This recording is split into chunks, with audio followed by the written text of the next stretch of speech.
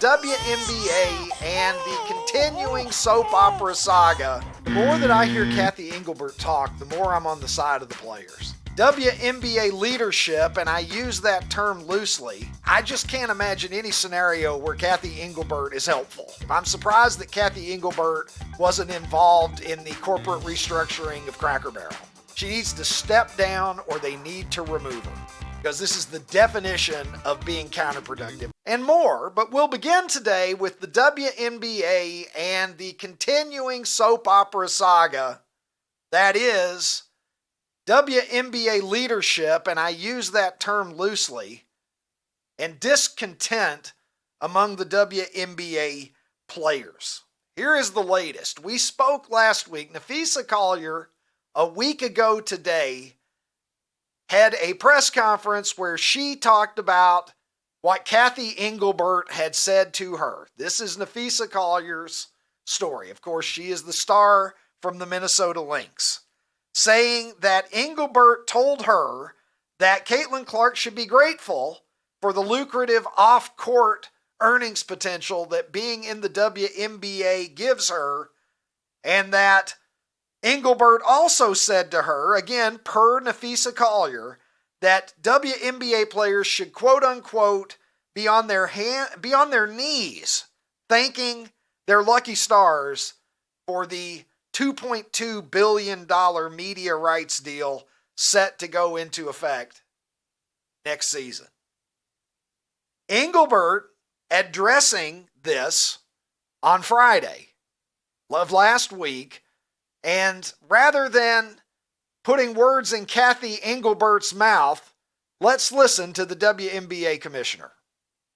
Hi, Cathy. Malika Andrews, ESPN. I just wanted to get some clarity on some of the specifics that Napheesa Collier said about your conversation that you had that was previously private.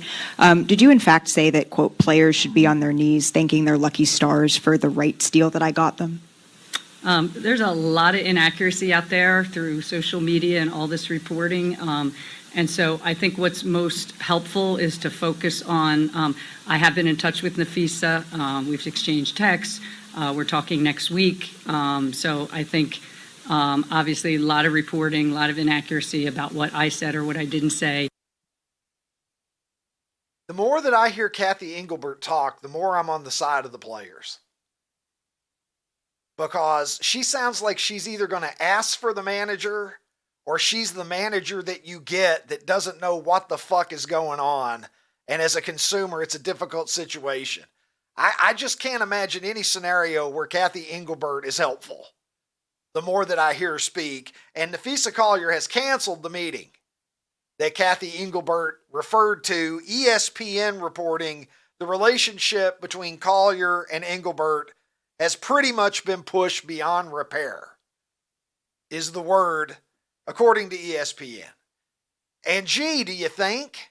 You just called one of your star players a fucking liar, didn't you? I don't blame Napheesa Collier for not wanting to have that meeting, especially if Napheesa Collier knows what she knows and heard Cathy Engelbert say to her what she claims that she said. And you know what? I don't have any reason to believe that Napheesa Collier is a liar. What is easier for you to believe? That woman that we just looked at, who has never said anything that was confidence-inspiring in everything that I've ever heard her say, is telling the truth? Or is it more believable that Napheesa Collier just made up a wild-ass lie about Cathy Engelbert saying these things about Caitlin Clark and about how lucky the WNBA players are? She needs to step down or they need to remove her, because this is the definition of being counterproductive. I'm surprised that Cathy Engelbert wasn't involved in the corporate restructuring of Cracker Barrel at this point, because she certainly seems like she would have been comfortable in the meetings that produced that decision. Decision's been made in Cincinnati, and a decision made out of desperation. The news just breaking through this morning. Joe Flacco is your new starting quarterback of the Cincinnati Bengals. This coming about a week after he lost his starting gig in Cleveland, being replaced by the third-round draft pick Dillon Gabriel. The Browns are getting a fifth-round pick for Joe Flacco, who they benched after he started the season 1-3 with 6 interceptions in his first 4 games. Having said that, I just spoke with a former league All-Pro, and we'll have more of this on the show later this week. But I just had a conversation earlier this afternoon with a multi-time All-Pro offensive lineman in the NFL who tells me that he thinks that Joe Flacco can be more than a Band-Aid for the Cincinnati Bengals, that with the weapons that they have in T. Higgins and Jamar Chase, he thinks that Joe Flacco could possibly do a pretty damn good job for the Bengals while Joe Burrow is out. We'll see in time, but he certainly has a better situation offensively in Cincinnati than he did a little bit north in the state of Ohio as the quarterback of the Cleveland Browns. Now, the question that this leaves in Cleveland, and this is the one that I'm sure everybody's going to be all over, is Shedeur Sanders is now, much like the vice president is a heartbeat away from the presidency, Shedeur Sanders is now a twisted ankle, a concussion, anything that could possibly happen to Dillon Gabriel. It is a very, it's not an office gig. You're not pushing pencils all day when you play quarterback. If you're the backup, you got to be ready at a moment's notice. The question is Shedeur Sanders ready if he gets the call to start a game for the Cleveland Browns? And does this mean, functionally, the Browns are giving Shedeur Sanders a vote of confidence by moving Joe Flacco on for a fifth-round draft pick and investing a responsibility, potentially, in Shedeur Sanders that some people question whether or not he's ready for it? And I don't know what to think anymore about Shedeur Sanders. If we're being real, I don't know what to think anymore. I'm lost on the subject. I'm agnostic on the subject of how good Shedeur Sanders is or isn't at this point. Because you got some people who want to tell you that it's the worst thing that ever happened, that he slid in the draft. What an abuse. What a terrible thing that happened to him. The league effectively attempted to blackball him, is what we were being told by some people. And then on the other hand, you got people who say Shedeur Sanders is terrible and he shouldn't even be in the league. The truth, as it is in most things in life, is somewhere very likely between the extremes. And we may get a look at Shedeur Sanders at some point this season. This certainly seems that it increases the likelihood of that, although Dillon Gabriel's debut as a starter went well in the Browns' loss to the Minnesota Vikings. So we'll see what's going on. If Shedeur does play, it'll be a milestone. Let's just say that. But it's not going to be a milestone of the significance of this milestone, my friends. Throw up a hand if you remember when watching the odometer hit a major number with a lot of zeros in it was a significant fucking life event. Look at that. Look at that. That's a moment. Ron, do you remember when that was a moment in your sad-ass deprived life when you were a child? I do. And since my parents were so poor, we always had used cars. So it was definitely didn't take long for me to see 100,000. It must have been a bitch waiting for the odometer to roll over on your dad's bicycle for two when he used to take you down to McDonald's. And No. He had that big, the one with the big wheel. He had that one with the huge wheel and then that tiny one on the back with the guy with the little mustache that used to ride it. Yeah, no, dude, I totally remember. The guy from the Pringles can had one of those. Yeah, no, I totally remember this. And it was like a huge deal. And it's like, you'd notice it, like maybe on your way to school or if your mom's taking you someplace and you notice it and you kind of like, oh, this is going to happen soon. And then I also remember being pissed that like I missed it. Like either I forgot to look Yeah. or she went someplace else or something That was like the worst. that. Yeah. That was the worst. Man, You were we're so excited about simple it, as and then you kids, just weren't we? brain farted. God, we were so simple Yeah, as I'm kids. still simple now, Ron. I don't know. If you talk to the ladies in our lives, they would probably agree that we have retained a significant amount of simplicity. Well into adulthood. But from my point of view, that's part of what makes us great Americans, Ronnie. I suppose that I should officially welcome you to the program. You are, of course, the international streaming star, and I can see right there you are comfortable in your home in Nashville, Tennessee. You are Ronnie T-shirts. And Ronnie, in other quarterback news, Angel Reese has defended Caleb Williams painting his nails again. Caleb Williams painting his nails just doesn't set right with some of us higher T men in this world. For those of us that would never consider such a thing, we look at it and we think, well, he's a little soft for color in his nails, but that's not Angel Reese's story. Let's get a look at Caleb Williams' latest nail design. In case you were wondering, Ron. I wasn't, but I guess I'll find out. Well, there you go. That's something called Lyrical Lemonade. I don't know what the fuck Lyrical Lemonade is, Ron. Is that I think like it's a brand of some is type. it like a carton? It looks like a carton, like a milk carton, but is it a lemonade carton? Yes. Yeah, it's got a straw in it. So it's a sponsorship well. deal, and we're giving them free pub. Apparently we are, but at the same time, we're also giving him pub that he's a grown man who paints his nails. So if there's anybody out there who isn't aware of it, hard to imagine Bradshaw. Johnny Unitas Barry Bradshaw painting his nails. Yeah, it's a media company, Jared is telling me. So there you go, as we continue to give them even more publicity. Hey, listen, if somebody wants to pay for it, I'll paint my fingers out there. Highest bidder, bring it on. Trying to think who a good sponsor Ron? for you would be. I feel like I should move things forward before it Probably occurs should. to you Probably should. what it is, Ron. Yesterday on the program, as you will recall, Ron, we addressed LeBron James' decision to the sequel, speculating what the hell could this possibly be. It turns out it's just a fucking Hennessy ad.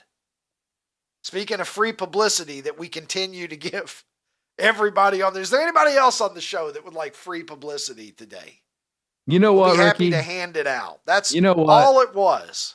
He got us, but fuck him. That's all I can say. He got us, but fuck him. Well, here's the sound, Ron. Let's just go ahead and be complete suckers and play this for everybody so they can see what we're talking about.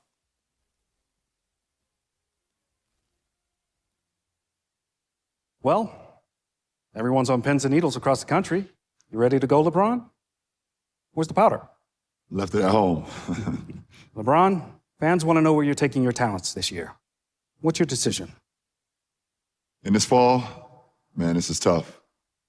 In this fall, I'm going to be taking my talents to Hennessy VSOP. VSOP. And this was the conclusion you woke up with this morning? That was the conclusion I woke up with this morning. Why? I feel like it's going to give me the best opportunity to win more at hosting. And not only that, win at signature cocktails, win at having a good time, All win at right, for impressing God's guests. sake, enough of that. Win at making fuck memories. LeBron, fuck Hennessy, Win at making fuck it look- all of it. Let's just move on from that. I don't even know. What are we even doing here?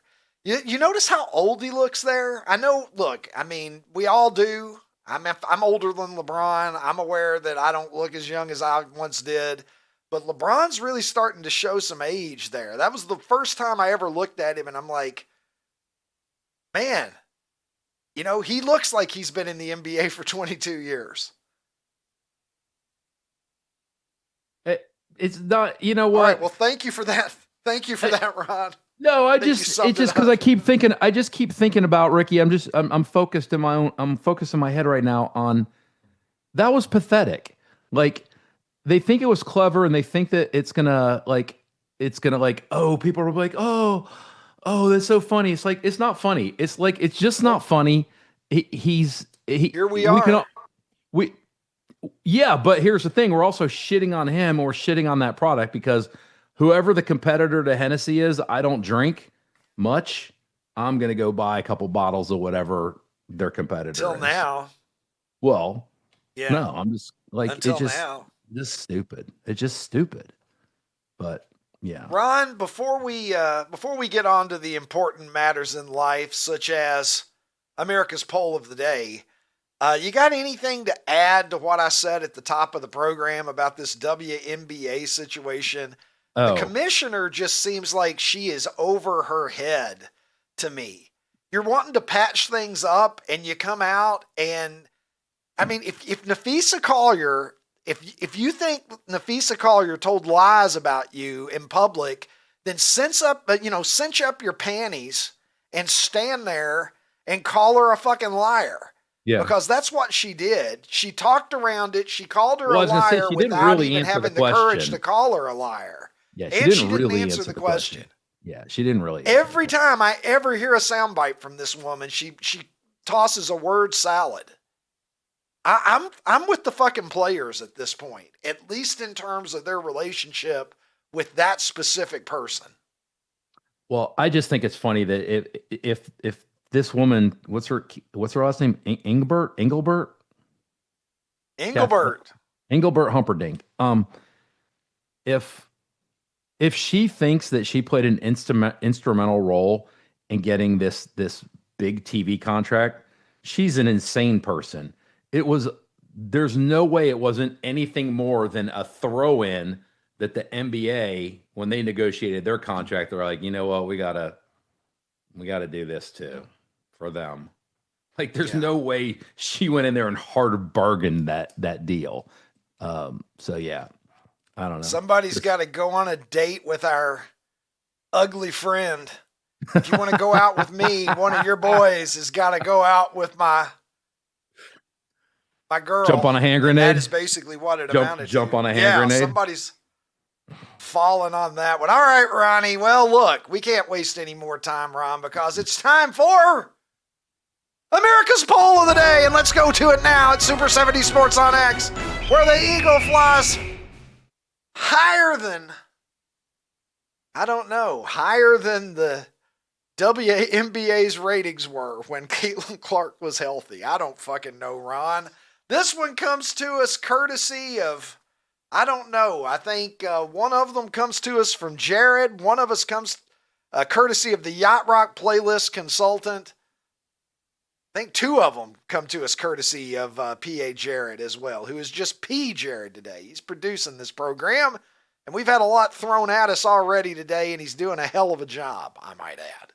Ronnie, we've got Blackjack, the Doobie Brothers, a full tank of gas, and hibachi restaurants. Break it down for me as only you can. So Blackjack is definitely my go-to and favorite casino game. I find it super relaxing because I never go in there with the intention of making enough money to, pay my mortgage or to do whatever. It's for me, it's just purely entertainment. I love hanging out, talking to new people. So I do really like Blackjack. And, I go in with a set amount that I can lose. And once I lose it, I am done. I don't go running over to the ATM machine. It is purely an entertainment play for me. And if I do win a little bit, then that's fun, but it's not the goal. I just enjoy it. Dude, the Doobie Brothers, when I saw this in the poll, I thought, I'm going to have a little spat with Ricky. I'm going to say something. He's going to get mad. He's going to tell me I'm a communist. And so I said, you know what? I'm going to do a little bit of research here. And I went to Spotify and went to their greatest hits. Dude, they got some really good songs. Like, they have some really good songs. They have good songs. That's what I'm talking about. That I even I knew the lyrics to. It kind of sounds like the soundtrack to the 70s almost. It just feels like if there was a movie about the 70s, a lot of their songs would be popping up. And so I'm Fucking not going to A. start.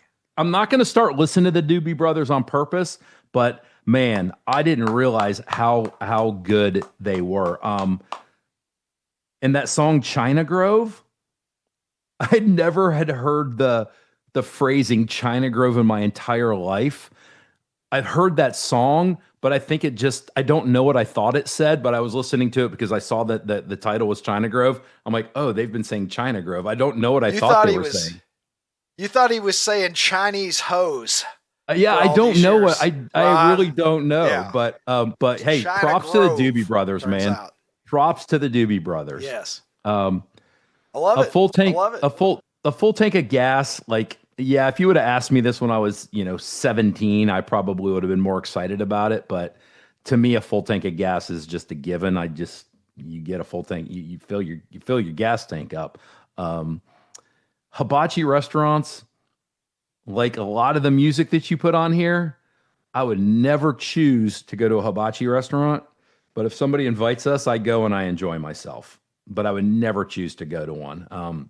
I feel like you're the guy at the table that wants to catch that shrimp in his shirt pocket when the Oh no. I am the guy at the table who is just giving them the death stare. Like, don't talk to me. If you fling food at me, yeah, don't look at me. Don't talk to me. Don't you fucking fling food near me. Oh my God. Not only do I never go to hibachi restaurants, they generally make me wildly uncomfortable. Because they come out and they put on the show and you got to sit there like you're a fucking 6-year-old at Chuck E. Cheese. And if you don't have a big enough party, excited. you're sitting if you're not with a big enough party, now you're sitting with another family and you're like, that family sucks. Look at them. They're just nerds. And now I got to have dinner with them. There's always at least one family in every hibachi restaurant at any given time that is just absolutely loathsome. Way too excited. And they're at your table. And they're at your table. Some fucking 11-year-old ginger kid having a birthday and you've got to fucking sit there while it all goes down next to you.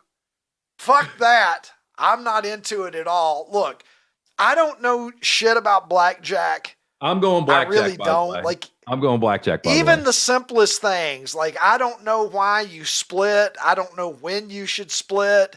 I don't really understand what insurance is or like when you need it. I've just never done the 5 minutes of research into it. I'm just 2 like, minutes. If it's like 16 or less, hit me. If I have 17, I don't know. I might stand. Anyway, I'm not a good blackjack player. I love the Doobie Brothers. I am heartened by your spot on analysis of the cultural relevancy of the Doobie Brothers, especially in relation to the 70s, maybe even on into the early 80s a little bit. Full tank of gas, you appreciate it when you're having one of those where you realize that you're on empty, but you're like several miles from a gas station and you're just kind of winging a praying it in. That happens to me about maybe twice a year, once or twice a year. And you start coasting. You start coasting a lot. Yes. You start like replaying in your mind like every urban legend you've ever heard about how to conserve gasoline in critical situations. Great line in a Steely Dan song though, Ron. Is there gas in the car? Yes, there's gas in the car. That is from Kid Charlemagne. Is there gas in the car? Yes, there's gas in the car. I think the people down the hall know who you are. Anyway, hibachi restaurants, you know what? What a meaningful line. The food. They said once during, I think they were on VH1 Storytellers, and Walter Becker, the lead guitar player, he said he was in a taxi and a guy said, "What do you do?" And he's like, "I'm in a band." "What band are you in?" "I'm in Steely Dan." Steely Dan, they got the stupidest lyric of all time. Is there gas in the car? Yes, there's gas in the car. So anyway, so they're aware. So Ron, I'm going to go ahead and cut the suspense. I'm voting for the Doobie Brothers. Let's run it right now. Light the candle.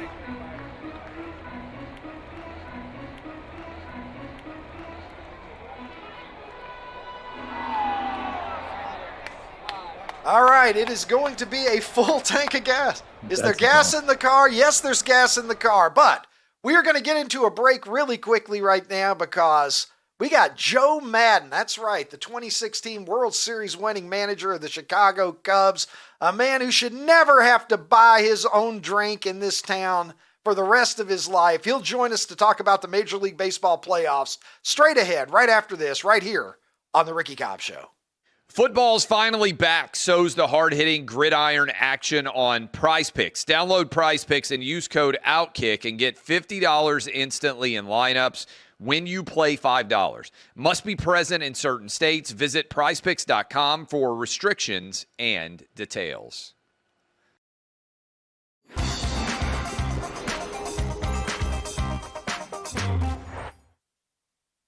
And welcome back to the program, my friends, here on this Tuesday afternoon in Chicago. And my guest today is not only a great manager, he's a great American in my estimation. He is the man who piloted the 2016 Chicago Cubs to a World Series championship, doing what a lot of us thought was impossible. He ended the 108-year drought on the north side of Chicago, a man who should never have to buy his own drink in the city of Chicago, and also a man who is a well-known Tommy Two-Tone aficionado. It's my pleasure to welcome back to the program the great Joe Maddon.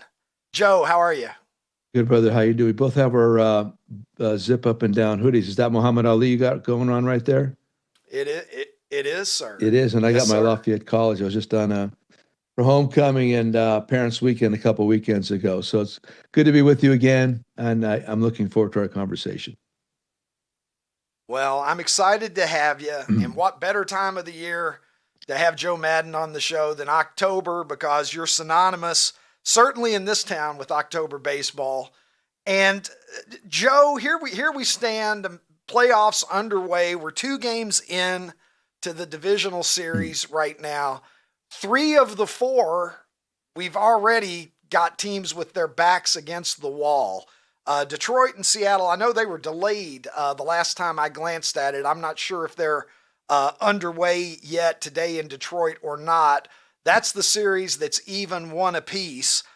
Elsewhere, we have teams that have already jumped out to 2-0 leads. Joe, as a manager in October, how does the mentality change? 2-part question here. How does the mentality change as a manager when you're in a short series? And these are all 5-game series that we're seeing right now. And how, more specifically, does the mentality change when you find yourself facing elimination and you need 3 in a row to survive? Been there. So first of all, the thing that I think the trap that some people may fall into is to think you have to do something differently than what you did during the regular season, or that you have to prepare more than you prepared during the regular season, that you have to add more information than you did during the regular season, that you have to exaggerate the work. All that stuff, to me, I think is the trap. The trap to me this time of the year needs to be simplified. Do simple better as much as you possibly can. You've probably played these teams at some point, or maybe even often, when they're in the same division, Brewers, Cubs, as an example. So I really, sometimes I used to get frustrated because there'd be this push to put out even more information, intel, and just because. I mean, that's what analytic departments do. They analyze, and then they're going to give you a lot of work. Baseball players can't carry all that. Coaches can, manager can, but then again, when the game begins and things start to blow up and things just aren't what you had planned, there's theory and reality. Reality is the game. And then you have to start making adjustments. And that's where I want to be nimble. I want the players to be able to just react to situations and not overthink situations. So the point is, don't do anything differently than you did during the regular season. If anything, do less. And number 2, you have to be assertive or aggressive from a managerial perspective. You have to be, you're always ahead of stuff, but you have to be even more ahead in regards to the next button you may have to push. And sometimes the button you push is the one that nobody knows about because you don't do it. You know, the decision to not do something is also a decision. People don't talk about that enough. So it's a combination of those things. To me, it's a simplification process. Don't overthink it. Don't put too much stuff out there. There's a lot of pressure on these guys. Hit the pressure release valve as opposed to adding more air in the tire, and just let them play. Keep it free. No more early report times, no longer meetings, no more intel. If anything, like I said, go the other way. Fresh body, fresh mind is what you're looking for. Joe, as we look at these series, I want to just kind of go through the menu here with you real quickly. Detroit and Seattle. Obviously, Cal Raleigh had a historic year this year. Can you talk a little bit about, because I'm not sure that Cal Raleigh got enough national attention for what he did. Not only did he become the first catcher to have a 50 home run season, and I know that he's able to DH on some of the days that he's not behind the plate, but still 60 home runs. You've joined rarefied air there. There's only 6 or 7 guys who've ever even done it. How impressed were you with what you saw from Cal Raleigh this year? Totally. And he's on that West Coast corner that most of the country is asleep when this guy's playing baseball when he's at home. That's part of it. When I first saw him, Matty Wise was our pitching coach. I was with the Angels, and he's sitting next to me in the dugout. And I think it was right-handed swing, I think. And I said, oh, my God, this guy's got some crazy good bat speed. At that time, I says, I really don't want to have to face this guy that many times in the future, because I thought the bat speed was extraordinary. It really was, I thought. And then, of course, from the left side. So it doesn't surprise me. None of this surprises me regarding home run power, how far he can hit a baseball. You watch him, and even from a non-trained eye, the naked eye, you can see how quickly the bat comes through the strike zone. So it's that impressive. Now exaggerate this by having to catch that many games. Okay, he DH'd a couple, so what? To catch that many games to the level that he does, and you can just watch the way he goes about his business. He's absolutely into every moment. I love that about this guy. Big, strong fella. Seems to be very humble. I like his celebrations. If he has to take a curtain call, I'm sure it's painful. But he is all of that. So, there's the question, who's the MVP this year? Of course, Aaron Judge is like otherworldly also. But for me, what he did, that is what Raleigh did, in combination with the position that he plays and the fact that the Mariners have ascended to this point, he's the MVP for me this year, I think. That's an interesting call. WAR says Aaron Judge, right? But a catcher hitting 60 home runs, setting the record for switch hitters in all time. I got to agree with you. I think it's a toss up. At worst, probably for Raleigh. Joe, the Yankees. Let's talk about Aaron Judge's Yankees. That's a good segue as any. Obviously, the Yankees and the Blue Jays, they tied for the best record in the league. We don't do the game 163 anymore, so Blue Jays won head-to-head. They were the divisional champions. Yankees have advanced to face them. There's a little bit of chippiness, maybe between the teams, a certain sense of it, at least between the media. I know Michael Kay, and there was a little thing this year. Buck Martinez had said the Yankees aren't that great of a team. And I know that burr was maybe under Booney's saddle just a little bit. They go up to Rogers Center, get beat 10-1 and 13-7. When you're in that situation where you're going back to New York down 2-0 and you've pretty much gotten drilled 2 times in a row, how do you set the reset on this to try to move forward if you're Aaron Boone? Don't you love the chippiness? There's so much decorum these days. It drives me crazy.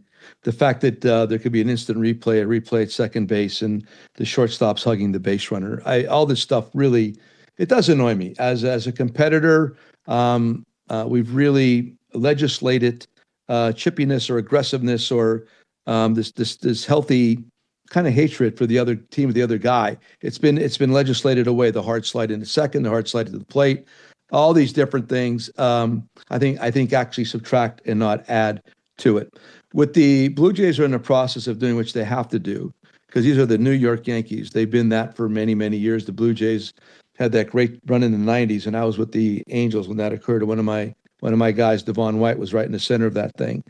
The Blue Jays have to take this away. They got to take it. You got to take these things. And sometimes that does require a fight.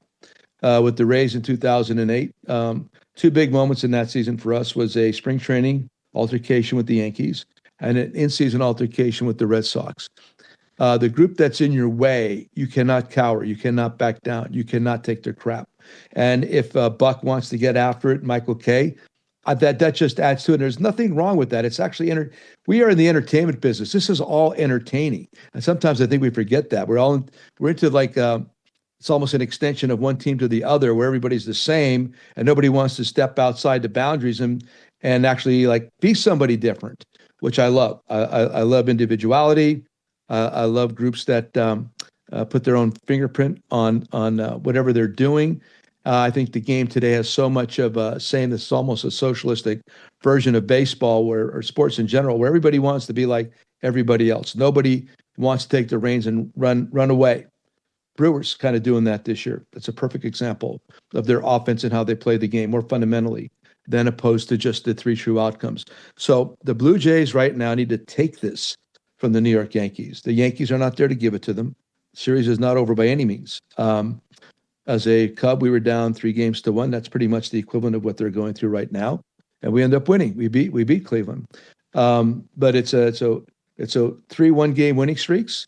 It's a mindset. They win tonight or today. The Yankees, they could really flip it very quickly, because it is about momentum and what you're thinking, your confidence level, how you feel going to the ballpark.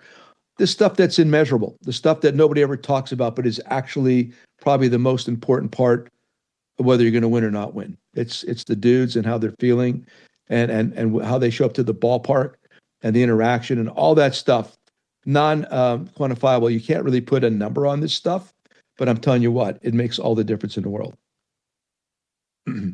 Joe, over in the National League, the Phillies are kind of in the worst situation, I suppose, of all the teams that are in a hole, because they lost both of their games at home. Now they've got to go to Chavez Ravine and win a couple just to get the series back to Philadelphia. They're going to be looking at Shohei Ohtani in Game 5, if there's a Game 5, according to Dave Roberts. This series to me is probably, I don't know, I think overall it's the best series in terms of how talented the teams are, at least for my money. What kind of chance do you give the Phillies of being able to bounce back in this one, as Los Angeles has definitely got them on the ropes now? Well, they're playing the right sport, because the home court advantage isn't as grand in baseball as it may be some other places. So I never really worried about that. I know with the Rays, we beat Cleveland in a wild card. We clinched in Chicago against the White Sox. We go to Cleveland and win a World Series, being down 3-1. Then it was 3-2 leaving Wrigley, and eventually you win the last two on the visitors' home turf. So anybody that wants to count on the fact that it's a Dodgers home game, I would throw that out the window. To me, it's all about starting pitching. The reason why I thought we had a solid chance with the Cubs going to Cleveland was because of our starting pitching. It was Arrieta and then Kyle. So I felt really good about that. So that's what you really got to look at. And with that being said, the Dodgers definitely have an advantage there over the Phillies going into these last couple games. However, this Philadelphia team is very good. They got a lot of talent there. The biggest thing I think for them is the fact that their guys really got to be their guys right now. I'm talking about offense, and that would be Turner, and of course Schwarber and Harper at first base. They have to come to the forefront. They have to. If they don't, there's no way they're going to win 3 games in a row. So their guys have to be their guys. Home court advantage normally doesn't matter. However, for me, it's about the pitching advantage. I would always in the dugout before the game, as the game began, I'd look out to the mound and I would compare our guy to their guy. And whoever has the advantage on the mound when the game begins, to me, has a pretty good advantage in the game. I wanted to ask you one quick question about Kyle Schwarber, who obviously he busted his butt to come back in 2016 and went 7 for 17 in the World Series for you guys. I think he was the first player in baseball history to get his first hit of the season in the Fall Classic that year.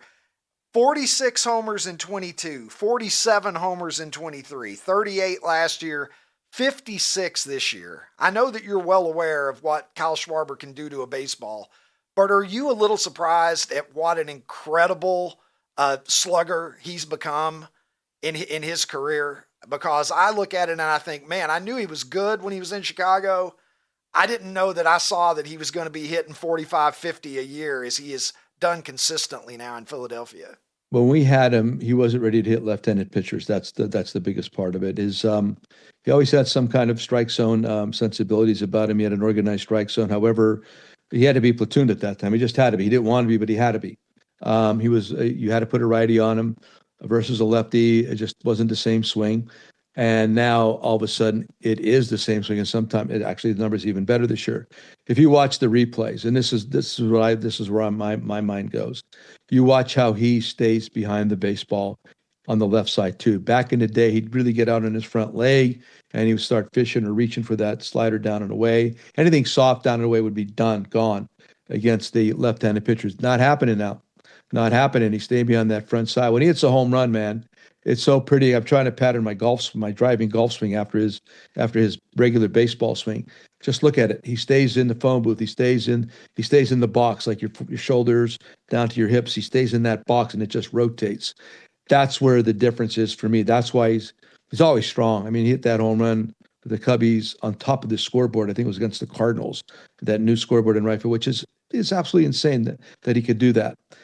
So he has made some wonderful adjustments physically, mechanically, and because he's always had a great mind. I mean, he's a baseball junkie. He understands the game very well. All that's in place.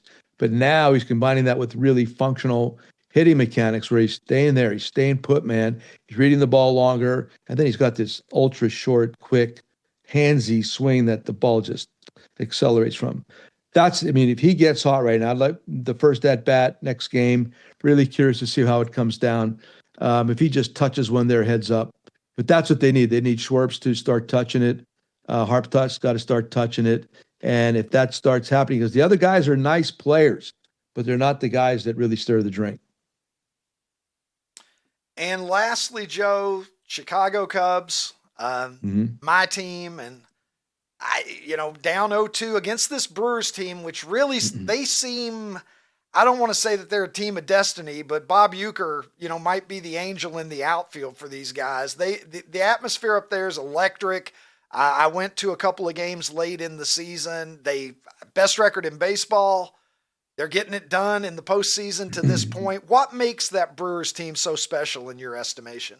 They, like I've always said, I want it all. They have it all. They have it all. They've actually showed some power in these first couple games. Everybody's been questioning that, but they got guys who could definitely put the ball to the ballpark. They make contact. They run the bases well. They have an intensity about them. They catch the ball on defense. They're in the right spots. Pitching-wise, they got plenty of power there. They just are playing the game as it had been drawn up. I know Murph personally for many years when he was a college coach, and then he was the bench coach, of course, there in Milwaukee, and I used to converse all the time.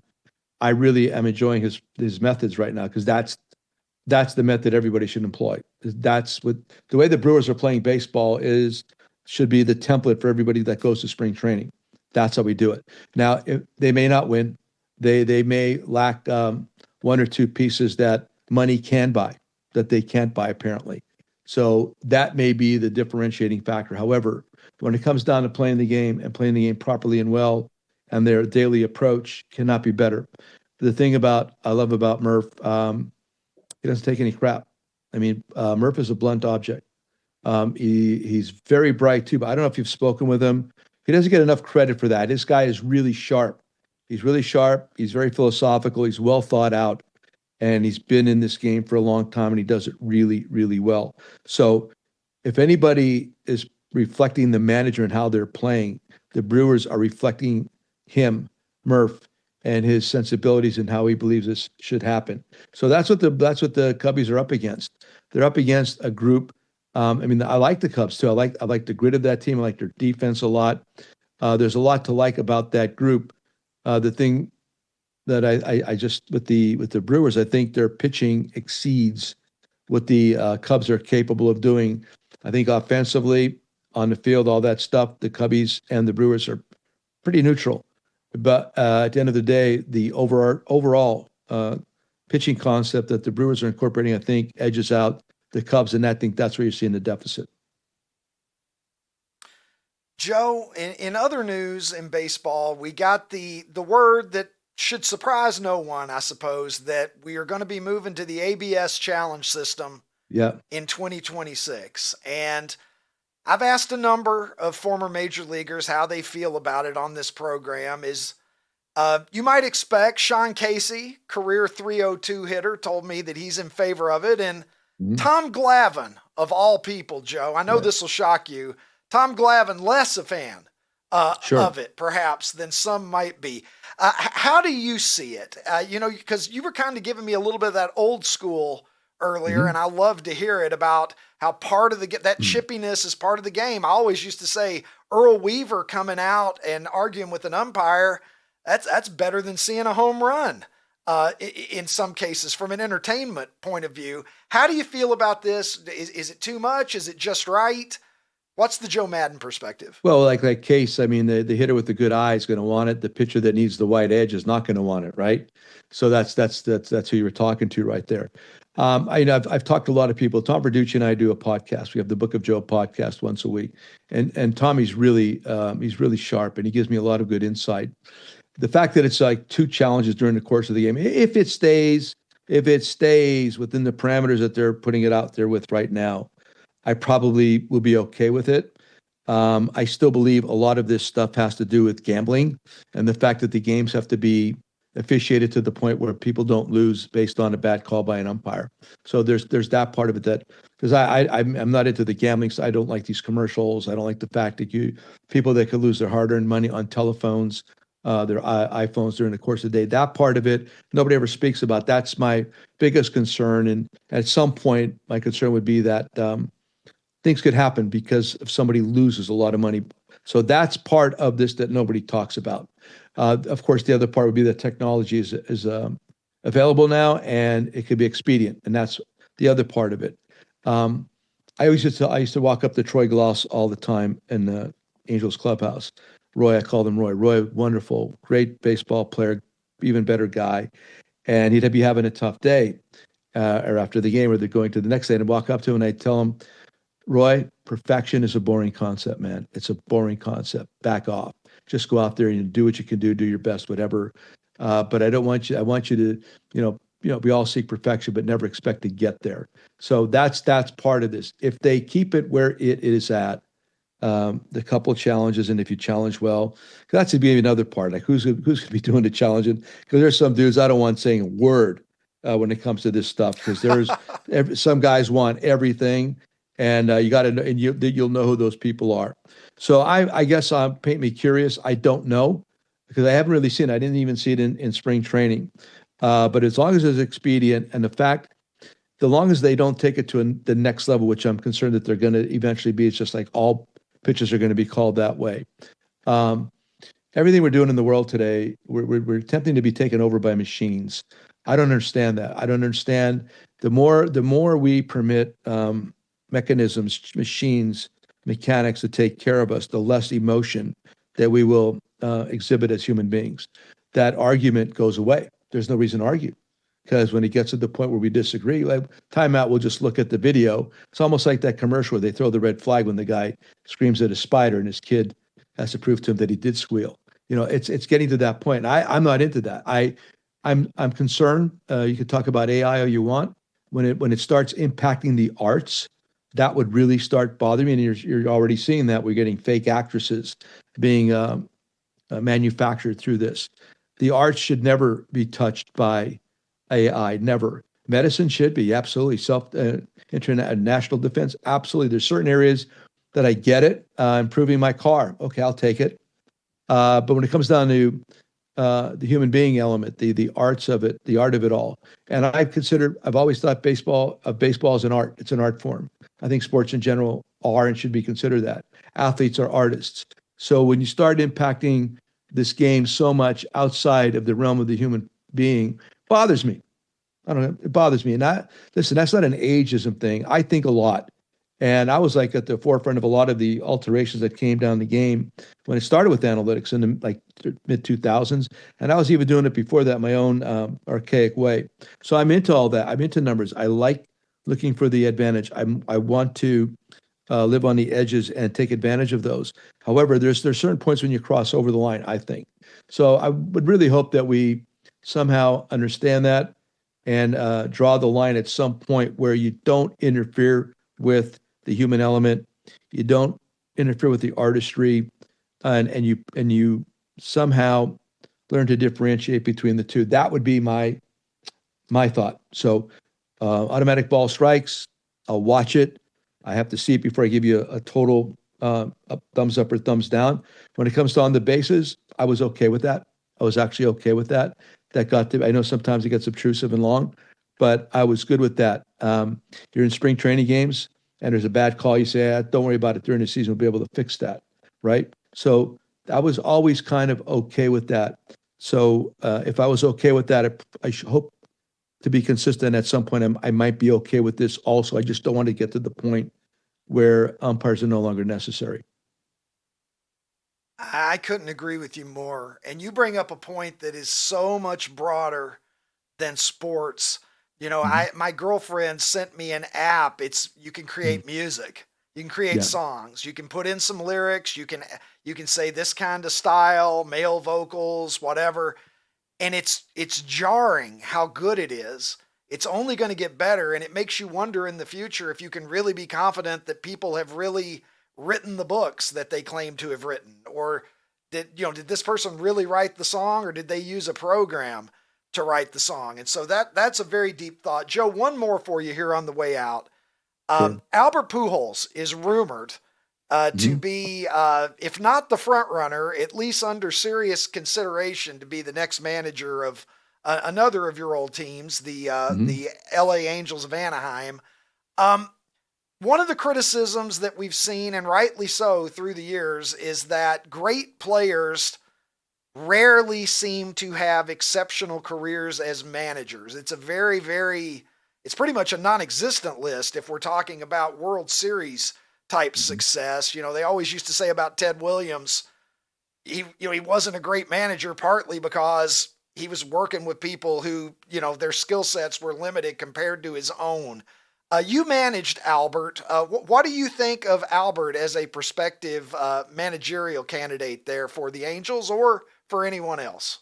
Well, I kind of put him in the same category with Ryan Sandberg. When Rhino, rest his soul, I mean, this is a wonderful man.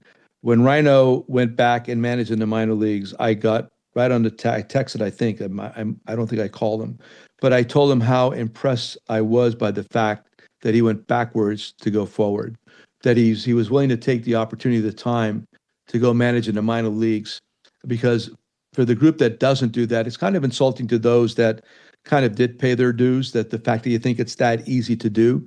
So what I'm saying is, from what I understand, Albert went and did winter ball, if I'm correct. And I know it's just 1 year. But I respect that. There's different guys that have become major league managers more recently, that my advice to them has been, why don't you ask an organization if you could go free agent scout, and then if you could go manage rookie ball for a year or two, and then say, yes, I'll be willing or ready to accept my position as a major league manager. To further extrapolate, you talked about music, and you talked about, we're talking about players. You're supposed to struggle to be great. You are. I hope that never, ever, ever, never, ever changes. You're supposed to fail a lot to be great. A lot of these people are just being handed opportunities that for years you had to really have a garage band. You had to field ground balls on a dirt field with a lot of rocks on it. You had to go home crying because you stunk and you didn't know how you're going to figure this out. Maybe you got passed over, but you didn't cry out loud. But, what's wrong with me? Why can't I get this opportunity? All the little inefficiencies that you find within yourself that somehow you have to overcome. That should always be a part of ascension, to get to the highest level of your passion, whatever that profession may be. It should require struggle. It should require failure. It should never just be appointment and entitlement. That's the part that bothers. So, long way to answer your question. I love the fact that Albert went and managed in winter ball, at least for now. And I love the fact that Ryan Sandberg actually managed multiple years in the minor leagues. That's what I'd like to see more of, because a lot of times when guys are getting right into the big leagues, you watch them. Quite frankly, they're They're great communicators in regards to maybe going to the clubhouse, or they really do well with the microphone after the game. Great. But when it comes down to strategical stuff, maybe not so good because they haven't had a chance to learn it.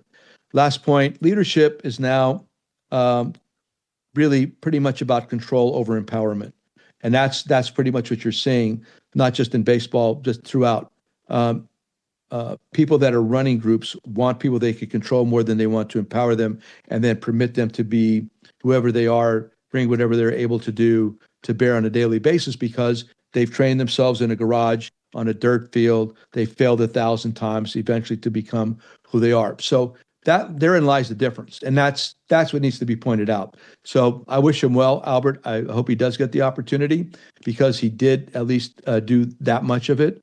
But I'd like to see more of that. I'd like to see people understand that to really become a great major league manager, you need to start out as a major league free agent scout, like an area scout. That'd be like the greatest testing area to become better at it, and then eventually build in from there. And then you make your mistakes on outposts, Midland, Texas, Idaho Falls, Mesa, Arizona. You make your mistakes there, but as you're making your mistakes, you're trying things and you're building up a cachet of information and knowledge. And then you have this experience that when something presents, your intuition pops. And it's not just seat of your pants, it's intuition. It's been trained. It's in there. It's in your cauldron. And that's what we're missing a little bit right now. Joe, you're 71 years old. You look like $1 million. You're rested. If the right situation presented itself, is there any fire that you still have that would allow you to consider returning to a major league dugout? Dude, I wake up on fire. Trust me. I'm always on fire. Right now, my passion, I'm down to a 5 handicap, which isn't bad. I'm still making mistakes. I was cussing at myself because my driving was so bad today. No, there's fire, brother. There's always fire. Challenges are good. Baseball this time of the year is the only time listen, I love the season. I just described the grind. So the answer is yes. I don't know that my sensibilities, my methods are attractive anymore because I do have opinions. I do know what I know. I've had a lot of experience, and I'm willing to share it. I'm also willing to say it. A lot of times in today's world, people, like I said, with the leadership, the controlling component, they don't want you to say it. They want you to listen more than to share your experiences. So yes, I'd love to with the right group. If it comes along, it doesn't have to be a managerial post. To be connected with somebody and not just a figurehead kind of a thing, to actually be doing something, that would be attractive. My brain needs it. And I do it in different ways, reading. I was just talking to a young lady the other day that wrote a book on intuition. She's a professor, Laura Haung Haing, professor at Northeastern University. I saw a little brief clip on what she wrote. It was fabulous. So I called her on the phone. I just wanted to let her know how much I appreciate the recognition of intuition and what that means and how you develop intuition. So we had a great conversation, my God. So yeah, I'm seeking new stuff always, but while you're seeking new stuff, don't run away from the old stuff either. Well, Joe Maddon, it is always an honor to have you on the program. A lot of words of wisdom today that are bigger than just about baseball, which is what I've come to expect from you, being a fan of yours through the years. And it's always a pleasure to be able to sit down and pick your brain. Thank you. Thank you for being relentless. I'm glad we were able to figure out a time that we could actually hook up today. So it was perfect. I appreciate it. Best to your audience, and I'm sure we'll do this again. Absolutely. I would love it. And as always, I'm obligated anytime I see you. Thank you for 2016, sir. You got it, Ricky. It is Thanks, still brother. much appreciated. All right. Appreciate it. Great buddy. Joe Be well. Maddon. Thank you.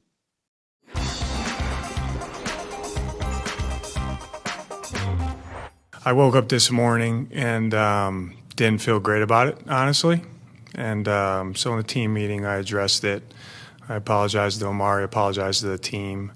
And I just told him I kind of let the moment of what happened get the better of me there. Obviously, like I try to be emotionally stable and calm because my job is to solve problems when during a game. and kind of lead the charge on that. So it's not really who I am, who I want to be, and I told the guys that today. Can you imagine Chuck Noll saying Soft. that? Can you imagine Vince Lombardi saying that? Soft. You know what? Cut the running back and fire the fucking coach and give the whole organization an enema. Because if you saw what he did on the sideline, the only thing he should be apologizing for is that he didn't give DeMercado a tombstone pile driver. I mean, what did he do? Just like punch his shoulder pad? This is the fucking NFL. What are we doing here? This isn't an office environment where Michael Scott came out and gave, somebody a titty twister, and now we've got to go see Toby. This is the fucking NFL, bro. This is the NFL. You had a guy who dropped the ball at the 1 yard line, the 1 inch line, voluntarily because he's a fucking selfish idiot. Cost your team the game. Gannon, what did Gannon do? Was that assault? Oh, did he assault? This is the fucking NFL. The guy's wearing a football uniform. He got hit harder than that on every fucking snap that he played. Are you fucking kidding me? These are grown-ass men. He didn't hit him in the face. This isn't a Woody Hayes. He did absolutely nothing wrong. Jonathan Gannon has nothing to apologize for other than being a pussy who came out and gave an apology and then sat there like a fucking beta male in front of everybody. So now the players know that they've got an idiot running back. They got an idiot running back who hasn't been cut, who presumably isn't going to get cut, and your coach is weak. He's weak. You've got a weak coach. That's not a Super Bowl coach. That's not a playoff coach. That is fucking weak. And I know it's the society that we live in, and I know everything now is I'm so sorry, and I've got to signal what a good person I am. Jonathan Gannon didn't do a fucking thing wrong. He could have done work. He could have done more than he did, and it wouldn't have necessarily been anything wrong, in my opinion. And I don't think I'm a fucking Neanderthal for saying that, Ronnie. No, dude, you're 100% right. And here's the problem is forget about the fact that now his players might think they can get away with stuff, but he's now going to be coaching with his own governor on, and he's going to be thinking about what he says and how he says it instead of just being a natural coach. The team is they're done. They're not that they weren't done, they're done. He cucked himself. He did. In front of not just his team, but the whole fucking world. He cucked himself for no fucking reason. You think Bill Belichick would have done that back when Bill Belichick still fucking knew what was up? Not this sad shell of Bill Belichick that's fucking young women and making an embarrassment of his life. I mean, you think about any NFL coach from the day. You think Hank Stram would have fucking apologized? Bud Grant. Give me a fucking What's his name? break. Bud Grant. Could you imagine? Let's go through anybody that you would ever want to coach your team. Ditka. Could you imagine Ditka? Imagine Ditka. Imagine fucking Ditka. I'm sorry. Jonathan Gannon just ended it for me right there. Unbelievable. Unbelievable. The person who did something wrong was the running back. He didn't go punch him in the face. He didn't go kick him in the nuts. Okay? He fucking, you see coaches treat players that roughly or more roughly at every fucking level, every fucking game, and players that are fucking coachable fucking don't think anything of it. And he should have done it. He should have done it. His mistake wasn't hitting DeMercado on the shoulder pad. His mistake was apologizing for it and going out there and announcing to the world that he's fucking weak as water. That's fucking pitiful, dude. That's pitiful. And the Cardinals organization, isn't it? That incident just held a mirror up to the Cardinals organization. And boy, nobody over there should like the reflection. You know, this is already a franchise where they have to try to incentivize Kyler Murray not to play video games and study the playbook, apparently. as we talked about a couple of years ago on our old podcast. But, man, get the fuck out of here. By the way, speaking of Kyler Murray, the Cardinals sure were excited when they drafted him, regardless of how it's going. And that game on Sunday ain't on Kyler Murray's shoulders. But they were very excited when they drafted him, Ron. Do you remember draft day for Kyler Murray? Yeah. Yeah. I think we have a photo here, if I'm not mistaken. Yeah. I tweeted about this recently. Good memory. Yeah. There he is. And with their first round pick, the Arizona Cardinals select Kyler Murray. Remember? They were so excited to get him. There were some concerns that he wouldn't be able to see over the offensive line. Isn't it you, Ron, that told me somebody said that every time he scrambles, he looks like a toddler who's grabbed somebody's running away with a cell cell phone? Yep. Yeah. Out there. Who knew having a 4'7" quarterback could potentially be a problem? Although, in fairness to Kyler, this situation that we're talking about ain't on him by any stretch of the imagination. Down in Florida, Ron, we don't know who the national champions are going to be. We don't know who the conference champions are going to be. But we already know here in early October who the Florida champions are, because the governor of Florida, Ron Desantis, has officially declared the U as the state champions of Florida. He says, by the power vested in me, I hereby officially declare the Miami Hurricanes as state champions after they beat the 4 other Florida schools in the first 6 weeks of the season. And they beat Notre Dame to boot. They've just run through Florida like you running through sorority girls on the grounds of Ohio State University back in the 80s, Ron. You're not a communist. You were just busy. Just busy, Ricky. Congratulations to Miami for whatever this is worth. Yeah. Good job. Should they get their shirts printed up now that they're the Florida champions? Yeah. They should. They absolutely should. They got that going for them. But as Jerry Jones might say, Ron, it's not all sunshine and glory holes in Miami, because the Dolphins are not doing so well. In fact, maybe the Miami Hurricanes should play the Miami Dolphins. Maybe that's the game that we should be looking for, because the Dolphins are 1-4. And as I tweeted yesterday, Dolphins fans, you may only be 1-4, but on the other hand, your head coach is completely fucking incoherent. Let's listen. He was really frustrated at the, just like he's as I was, and we talked about the challenge ahead to get ready for the Chargers. Did you make that? Is that AI and you said make him sound like Kamala Harris? Listen, we live in a world now where you don't even know what's AI anymore. Have you noticed the AI videos are getting better already?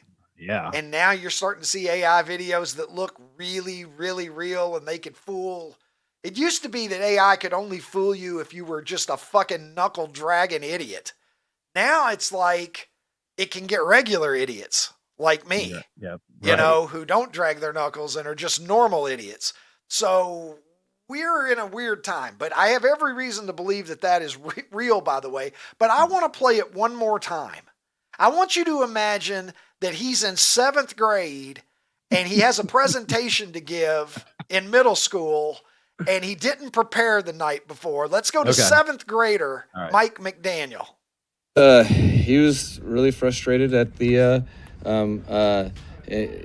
just like he's as I was, and we talked about the challenge ahead to get ready for the Chargers. The face of Michael, the Dolphins. Are you sniffing glue again? Yeah, face of the Dolphins. Look, I don't know what's going on there, but has the bloom come off of anybody's rose faster than it has for Mike McDaniel? I mean, wasn't it? It feels like it was 3 weeks ago that it was like, oh, Mike McDaniel, boy genius. He's the new breed. He's a genius, boy genius. He's different, but he relates to the players. And I mean, maybe don't relate to the players that much. You know what I mean? I don't even No, Ronnie. And that, I suppose, is an appropriate introduction, because that definitely makes me ask the question as I watch that video back that I'm about to ask you right now, which, of course, is, what the fuck, Ron? So, Ricky, I believe you're familiar with, I think his last name is pronounced Sillo, Tom Sillo. He's the 58-year-old guy that plays for Lycoming College in Williamsport, Pennsylvania. He plays football. Sweet bastard. That guy is a sweet bastard. Yeah, well, he has a partnership with Aspercream. So he is now he's the oldest football player, but now he's the oldest football player with an NIL agreement. And I got to tell you, I started doing some stuff. I started doing push-ups, started doing squats. Ricky, I did 3 sets of 20 squats yesterday. I can barely walk today. And this guy, who's 1 year younger than me, is playing football. I don't know how he does it, but I'm glad he got that deal with Aspercream. I thought that you were going to tell me that he had suffered some kind of injury. Mm-mm. The ability to give a damn what anyone else thinks. Aspercream, at your age. Yeah, so I think I'm going to go get some. I think I'm going to go get some. Put them on my quads. Squats. My 3 quads are sets screaming. of 20 squats.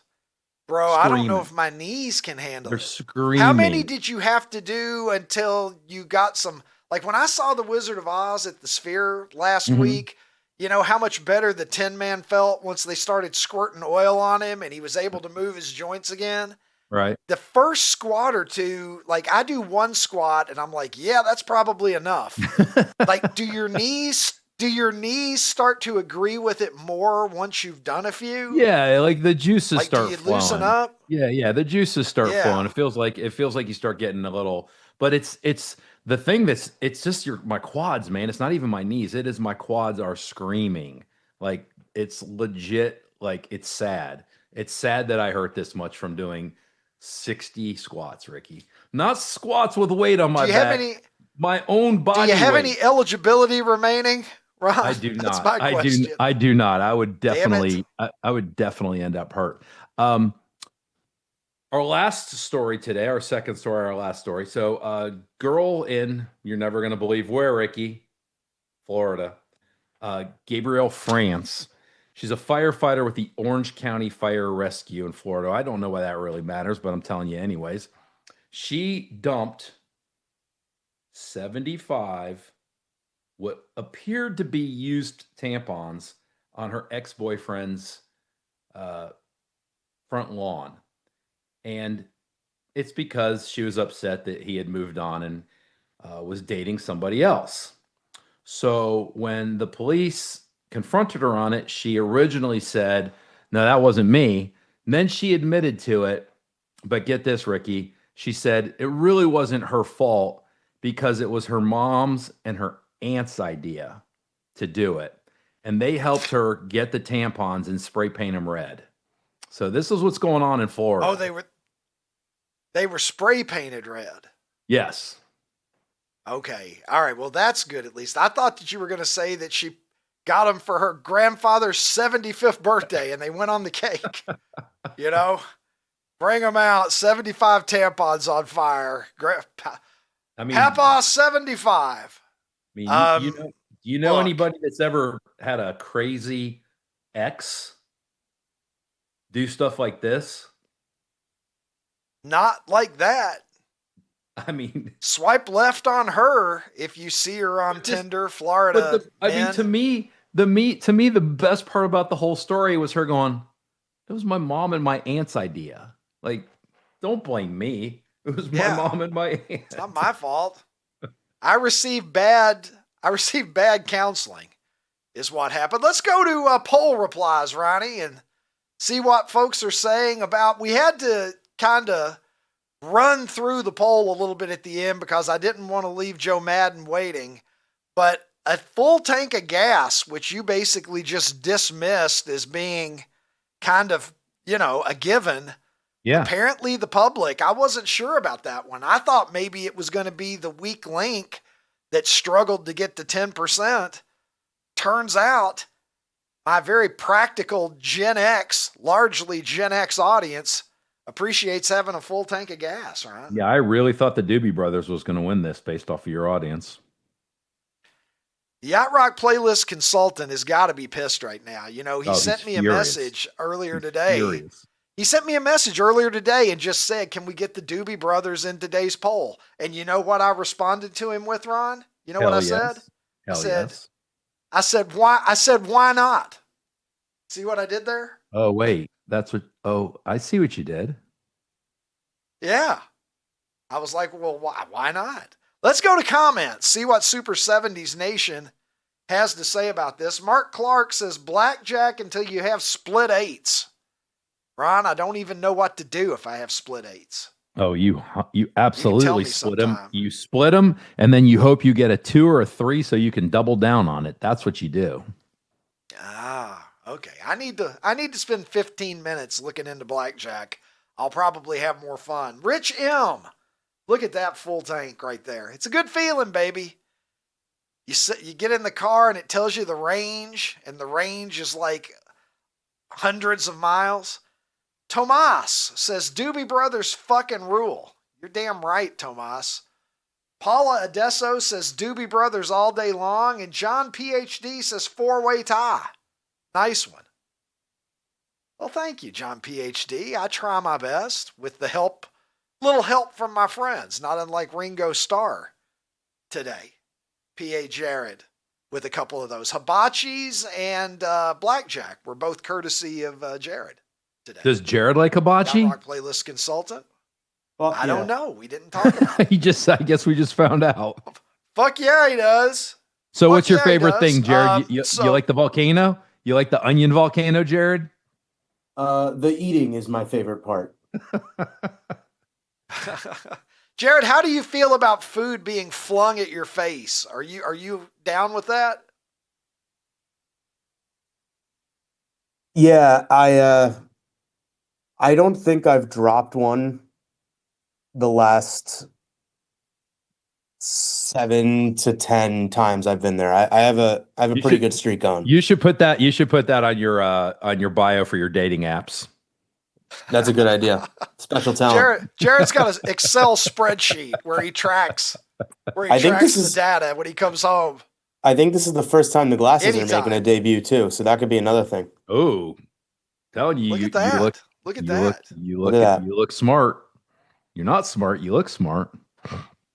There, thank you. Appreciate Half the battle is just to fool other people. That's what I've learned in life. Let's go to NFL picks and see how we did this weekend, Ronnie. As you know, our season-long battle continues. Somebody's wearing Angel Reese merch on this show at the end of the year, so believe me when I tell you we both want to win.